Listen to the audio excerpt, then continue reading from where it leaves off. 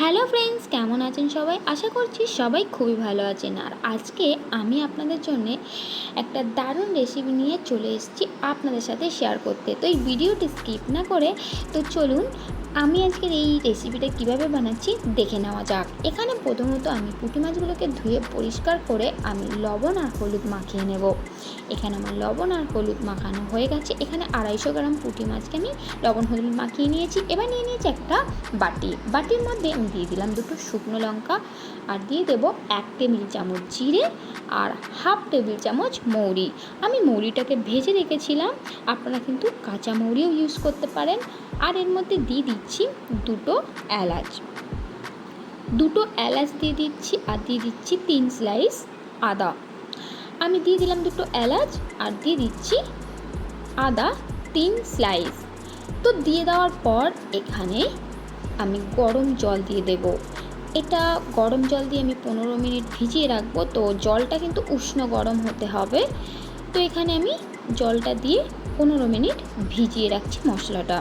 এবার এখানে দেখুন আমি 2টো মাঝারি সাইজের পেঁয়াজ টুকরো করে নিয়েছি, আর এখানে নিয়েছি একটা টমেটো গ্রেট করে নিয়েছি। এটা আমার ডিপ ফ্রিজে রাখা ছিল, তো আমি আগে এটা গ্রেট করে নিয়েছি।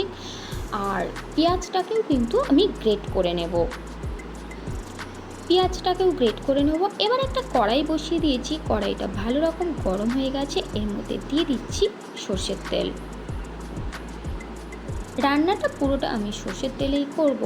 এবার তেলটা গরম হয়ে গেছে, এর মধ্যে দিয়ে দিচ্ছি একটু লবণ। তেলের মধ্যে লবণ দিয়ে দিলে এটাও কিন্তু একটা দারুণ টিপস, যে মাছটা কিন্তু আটকিয়ে ধরবে না, তার জন্য আমি লবণটা ইউজ করলাম। তো দিয়ে মাছগুলোকে আমি ছেড়ে দিচ্ছি। মাছগুলোকে আমি ভেজে নেব। আর মাছগুলোকে খুব বেশি ভাজবো না, মাছগুলো কিন্তু আমি হালকাভাবে ভেজে নিচ্ছি, কারণ বেশি এই মাছটা ভাজলে স্বাদটা কিন্তু একদম ভালো লাগবে না। তো মাছগুলো ভেজে নিচ্ছি। মাছগুলো ভাজা হয়ে গেছে, বাকি মাছটাও আমি সেম প্রসেসে ভেজে নেব। বাকি মাছটাও আমার সেম প্রসেসে ভাজা হয়ে গেছে। এবার যে তেলটা রয়েছে ওই তেলের মধ্যে দিয়ে দিচ্ছি একটু কালো জিরে দেওয়ার পর এবার দিয়ে দিলাম পেঁয়াজের পেস্ট। পেঁয়াজটা আমি পেস্ট করে নিয়েছিলাম, এবার দিয়ে দিলাম। এবার পেঁয়াজ থেকে যতক্ষণ না তেল রিলিজ করবে আমি এটাকে কষাতে থাকবো। আর এখানে ভালো রকম তেল রিলিজ করা শুরু করে দিয়েছে। এই পর্যায়ে দিয়ে দিচ্ছি জিরে, আদা ও মৌরি, এলাচ পেস্ট দিয়ে দেওয়ার পর আমি 2 মিনিট ধরে এটাকে কষিয়ে নিচ্ছি। কষিয়ে নেওয়ার পর মশলাটা কিন্তু অনেকটা কষানো হয়ে গেছে। এবার দিয়ে দিলাম টমেটোটা দিয়েও আরও 2 মিনিট এইভাবে কষিয়ে নিচ্ছি। আর দিয়ে দিচ্ছি এর মধ্যে হলুদ, দিয়ে দেব লবণ, আর দিয়ে দিচ্ছি কাশ্মীরি লঙ্কার গুঁড়ো।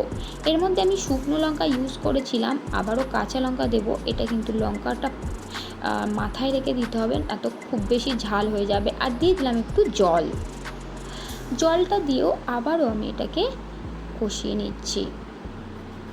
আর কষাতে এখানে ভালো রকম কিন্তু তেল রিলিজ করা শুরু করেছে। এবার এই পর্যায়ে আমি গ্যাসের ফ্লেমটা কম করে একটু ঢেকে রাখবো। ঢেকে রাখার পর এখানে দেখতেই পাচ্ছেন তেলটা কিন্তু একদম মশলার থেকে ছেড়ে দিয়েছে। এবার এর মধ্যে মশলাটা ভালো রকম কষানো হয়ে গেছে। এবার দিয়ে দেব জল। আমি এখানে 1.5 কাপ মতো জল দিয়েছি।